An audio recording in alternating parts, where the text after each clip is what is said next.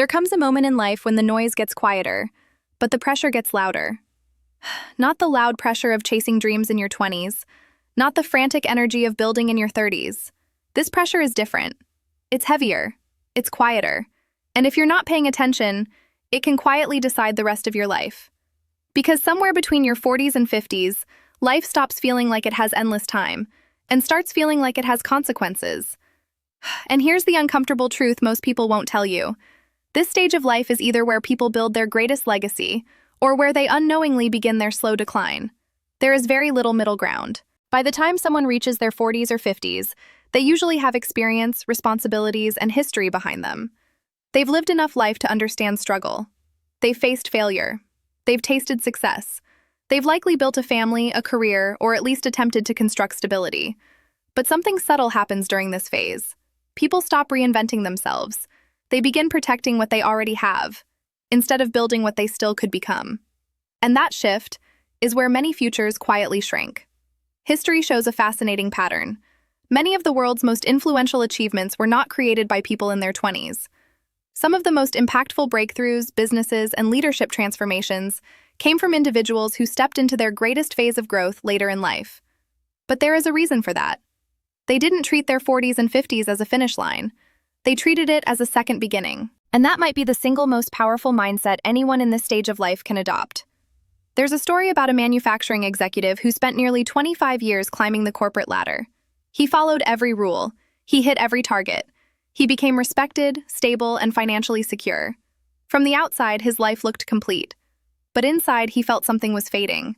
He stopped learning. He stopped challenging himself. He started repeating the same routines, year after year. Then one day, his company restructured. New leadership came in. Technology replaced several departments. His position didn't disappear overnight. It simply became less important, until it became unnecessary.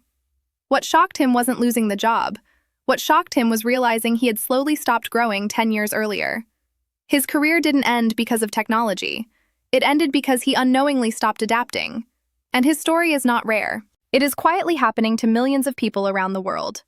The first and most important advice anyone in their 40s or 50s needs to hear is this: never allow comfort to replace curiosity. Comfort feels safe. Curiosity keeps you relevant. At this stage in life, experience can become dangerous if it turns into rigidity. When someone believes they already know enough, they unknowingly shut the door on future opportunity. Industries evolve. Technology evolves. Economies evolve. Even human behavior evolves. But the people who stay valuable stay students, not because they are forced to, but because they choose to. The moment someone stops learning, they start slowly disconnecting from the future. The second piece of advice is one most people avoid, because it forces them to confront reality. Your energy becomes more valuable than your time. When people are younger, time feels endless, so they spend it freely. But in midlife, time begins to reveal its limits. The real asset is no longer how many hours you can work, but how strong, focused, and healthy you are during those hours. Health in your 40s and 50s is not about appearance. It is about survival of opportunity. Physical health directly affects mental clarity. Mental clarity affects decision-making. Decision-making shapes financial and personal outcomes. Research consistently shows that cognitive performance, emotional stability, and productivity are deeply connected to physical well-being.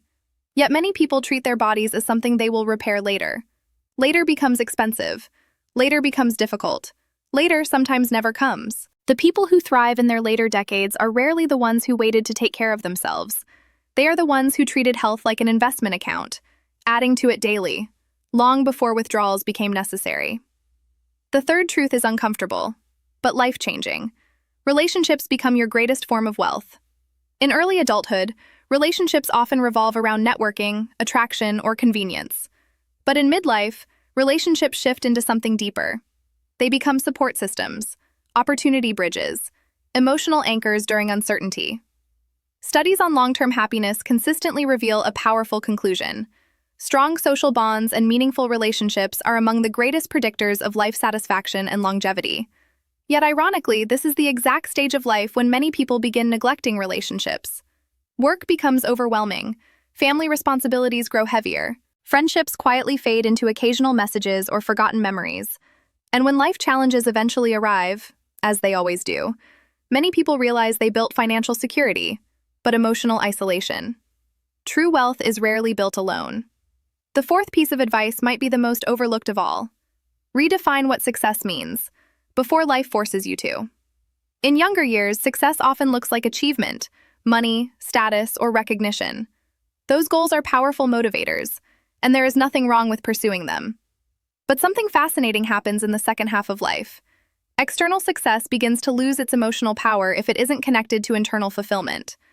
Many individuals reach their peak earning years, only to discover they feel empty, restless, or disconnected from purpose. This is not failure. This is evolution. The question shifts from, how do I win, to why does winning matter? The people who answer that question intentionally usually find deeper satisfaction than those who avoid it.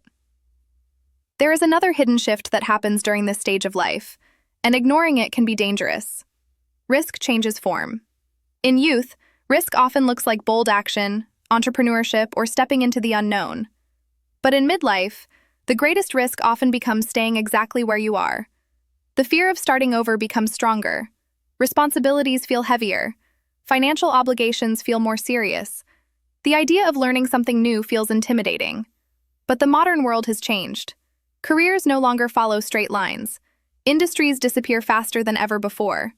New opportunities often favor those willing to pivot. The greatest risk in your 40s and 50s is not failure. It is becoming replaceable. There is a quiet psychological pattern that appears in midlife called identity locking. It happens when people define themselves only by their past achievements, job titles, or roles. They begin saying things like, "I've always done this. This is just who I am. I'm too old to change." These statements feel safe, but they create invisible cages, because identity should be fluid, not fixed. The most resilient individuals in history were not those who held on to one identity forever. They were the ones who allowed themselves to evolve, repeatedly, even when it felt uncomfortable. Another critical lesson involves money, but not in the way most people expect. In your 40s and 50s, financial strategy shifts from accumulation to protection and intentional growth. Younger individuals often chase aggressive gains. Midlife demands balance. Protecting what you've built becomes just as important as expanding it. But financial security is not just about numbers and accounts. It's about flexibility.